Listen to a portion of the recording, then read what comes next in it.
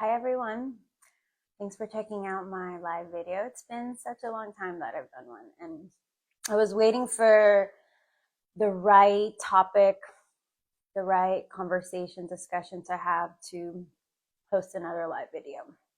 And so today's topic is about mediocre or basic sex, and how so many people are settling for basic or mediocre sex. And what is basic mediocre sex? And you'll be surprised.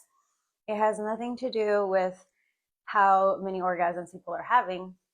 You could be having multiple orgasms with your partners, and that is still basic mediocre sex when you're not able to actually get soulfully naked with yourself and your partners. So the main distinction is, are you being intimately close with your partners to just get off, literally just getting off, or to get on the spaceship of love, intimacy, honesty, vulnerability, and all the good things that make a relationship so beautiful, intense, and passionate. So in today's topic, I invite everyone to kind of share your thoughts and feelings and your experiences of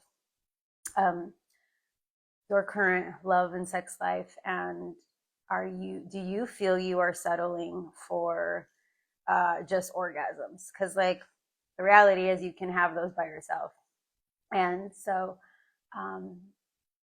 I think one of the reasons why people are afraid of having the most incredible intimate sex life with a partner is because we're actually afraid of being soulfully naked first.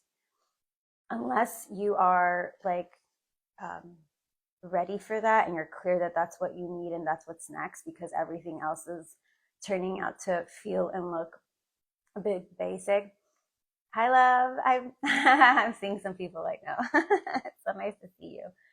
So unless you're in a place in your life where you're ready to be soulfully naked first with yourself and with your partners, then the sex life is just going to be mediocre or basic. Until you're ready to be that transparent and honest and real and embrace who you are and accept your partner for who they are, the sex is only going to go so far. So step number one to avoid being in a mediocre sex life is be ready to be soulfully naked first. Most people are having sex just to get off. Let me say that one more time because it has to register. Most people are in a romantic, sexual, intimate life, relationship because they just want to get off. And like, that's okay. That's valid. We have those human needs first, but you're still operating on what in the tantric and yoga philosophies refer to as like the first two chakras, the first basic human needs met. But you are more than a primitive being. You are a human and you have other needs that are important to fulfill in this time, in this lifetime. So as much as it is necessary and important and vital to your well-being to get those primitive needs met, that's something you maybe want to focus in your younger adult life, in your teenage years when you're just getting used to, or older, when you're just getting familiar with this energy. Beyond that, you realize that you want to be able to connect with someone on an emotional level, on an intellectual level, spiritual level, be able to express yourself fully, be able to be vulnerable, real, as people and as we shift and as the world around us shifts. So step number one is you have to be ready to be soulfully naked before you get physically naked. And if not, you got some inner work to do. Hey, everyone who's just joined us. So towards the end, I'll recap the top three reasons why people are having mediocre or sex life. Regardless if you orgasm, they orgasm, everyone orgasms.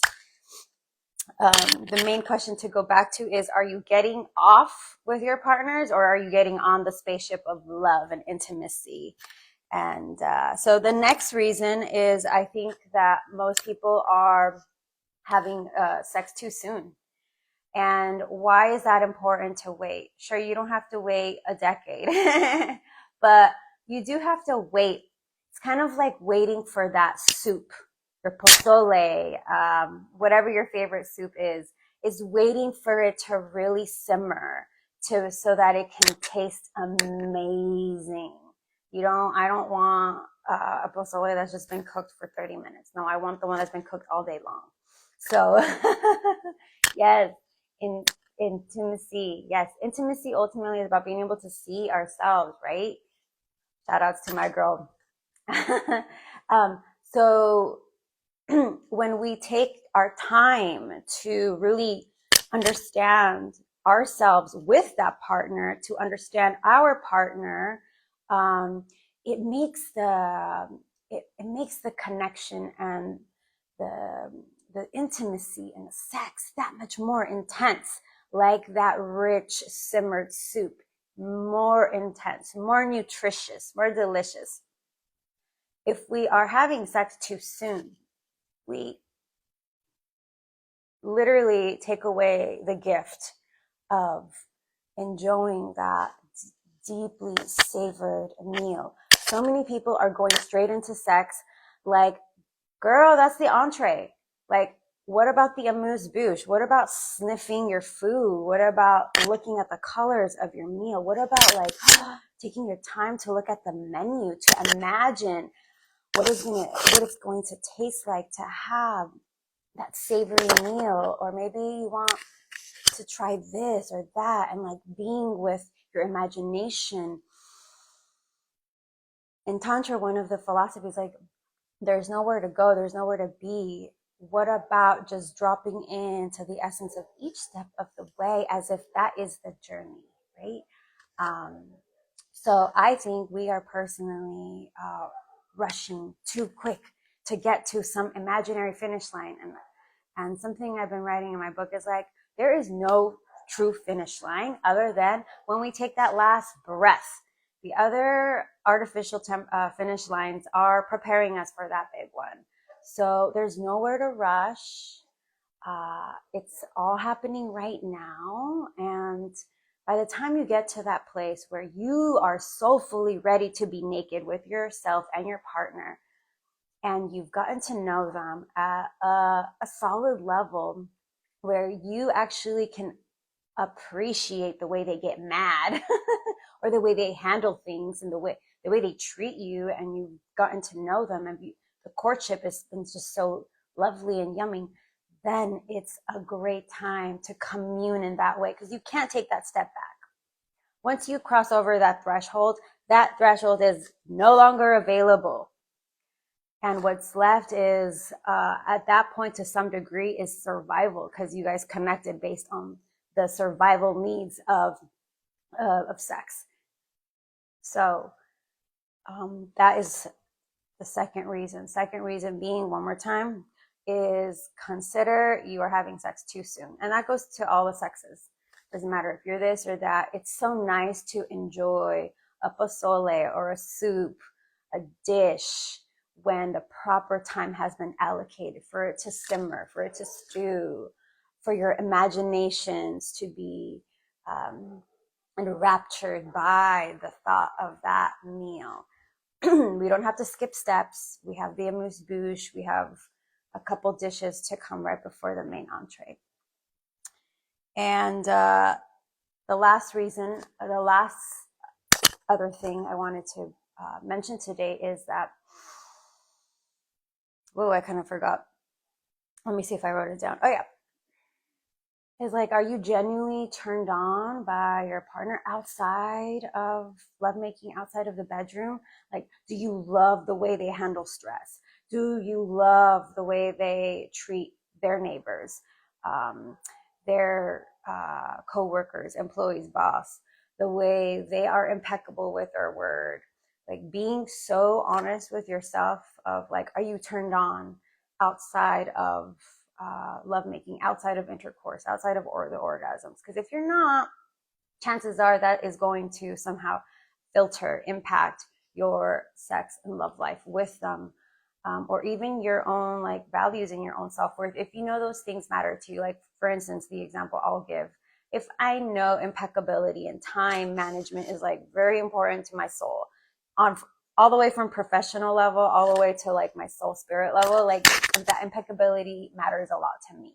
Sure, I'm okay with, things happen, but let's communicate about how are you communicating about your shortcomings, right? So long story short, if there's been a time where a partner has been consistently late or whatever that thing is for you personally, and you're compromising your values, and that the way the partner is handling the thing is not really rubbing you in the right way, it's not going to rub you in the right way when it really matters as well. So our compromises come way before intercourse, way before the bedroom. And if these little things are being neglected somehow, some way, then it's most likely that the sex is not going to be as intense, as rich, as pure, as magnifying as the way that like lightning just hits out of nowhere and it just captures you for the moment. It's intense, it's beautiful. When it's right, it's just right, it hits right, and it's unapologetic. So I'm going to recap the top 3 things. Thank you everyone who's joined us in our live call today. And so the topic is, are you having mediocre sex, a mediocre love life? And I think I was inspired to have this conversation is because I see many people settling for either relationships or a sex life that really isn't meeting them, and they're just accepting it, tolerating it because it is satisfying their primitive needs, not realizing that they are more than just a primitive being. They are more than that. There's a heart, there's an emotion, there's a spirit to them. So number one thing is be ready to get soulfully naked first with yourself, and such that you are open to be that naked with your partner. Without that part, you're just getting off. You're just getting off with another human being, and you're not getting on the spaceship of love, on the journey of love and intimacy. So get that part right first and foremost. If you're not ready, that's fine. Honor that. If you are ready, we'll start from that place first. Get to know the person. So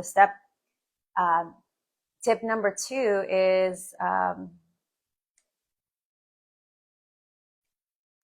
take your time. Because if you are ready, great. Well, what's the rush? Enjoy getting to disclose yourself little by little. There's nowhere to go. There's nowhere to be.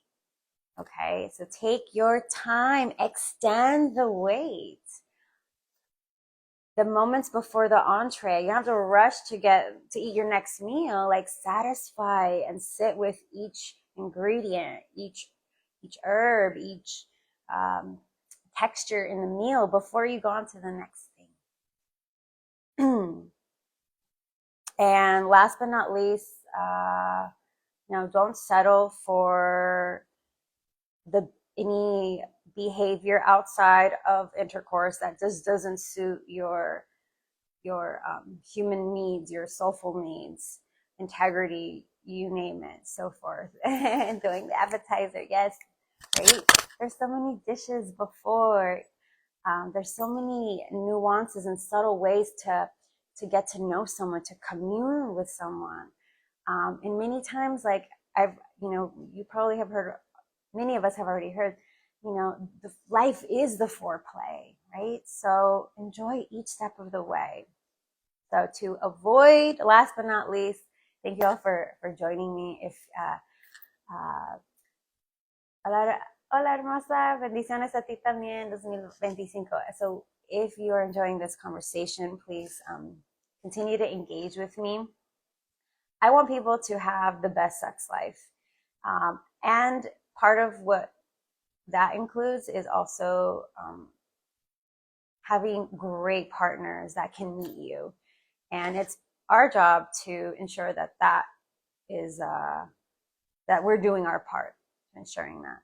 And I think ultimately the big vision here is like when humans, people are loving in profound and infinite and real, authentic, honest ways, the sex life is a million times better, but everything around you is meeting that quality, that caliber of love, consciousness, and awareness. When we're not ready to be soulfully naked with ourselves and our partners, we become little cowards, and we don't disclose to our partners what we're feeling and what we're going through. And then we start seeking this lack of attention and love elsewhere. People start getting hooked on porn. People start seeing cheating on their relationships. People start seeing escorts. You name it. There's so many ways to be deviated. You can be starting to get addicted to video games. I mean, the addictions are real. So the number one tip I'm going to drop you. Everything else, I mean, you can just negotiate with yourself and, you know, do the whole trial and error situation. But like, be ready to be soulfully naked, because whether you're a poly person or a monogamous person, that really doesn't matter if you're not ready to be actually soulfully naked and be true to your human needs beyond your primitive needs, human needs. What differentiates us between an animal and being humans is that we are not just primitive beings. We are humans, and we have other needs to fulfill. And if you are just focused on your primitives, whether you're poly or a monogamous person, you're just operating from that space. I personally, I'm more of a monogamous person, have always been that way.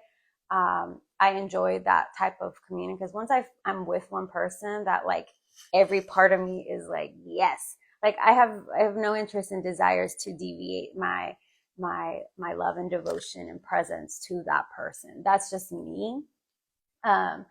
I sometimes have seen a lot in poly relationships where it is like almost like a band-aid. I don't know if that's the right word, but it's almost like another form of distraction and of avoiding not being fully intimate. I've also seen poly done well, but that's a whole other conversation. Main thing here is before you become physically intimate with someone, be ready to be soulfully naked with yourself and those you physically touch.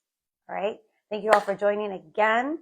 If you like these videos, please drop some comments, engage with me. I love engaging with my friends here. I love that my friends are here too. It makes it that much more spicy and warm. And I wish you all a blessed new year. And I may be doing these a little bit more often. So thanks so much for tuning in. Let me know what your thoughts and comments are here based on the top 3 tips I shared with you today. And until then, hasta luego. Love you all. Kisses to my amiguita. And I will talk to you later. Bye, loves. Ciao.